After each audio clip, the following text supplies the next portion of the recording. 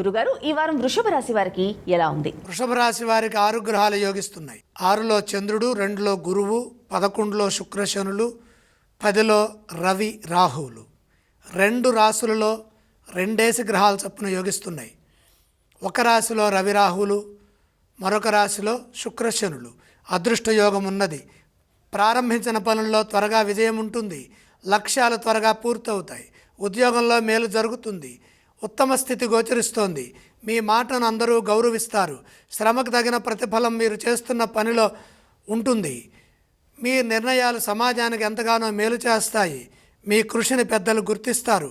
మనోబలంతో నిర్ణయాలు తీసుకొని వాటిని అమలు చేయడం ద్వారా విజయం లభిస్తుంది. శ్రేయోదాయకమైన భవిష్యత్తు ఉంటుంది.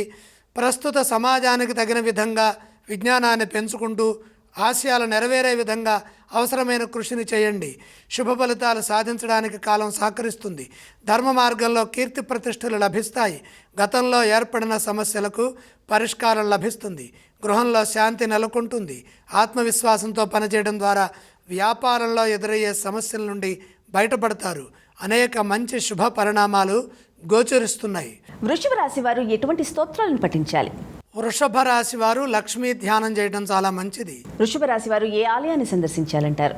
లక్ష్మీ దర్శనంతో మేలు జరుగుతుంది. ఎటువంటి దానాలు చేయాలి? దానాలతో పని లేదు.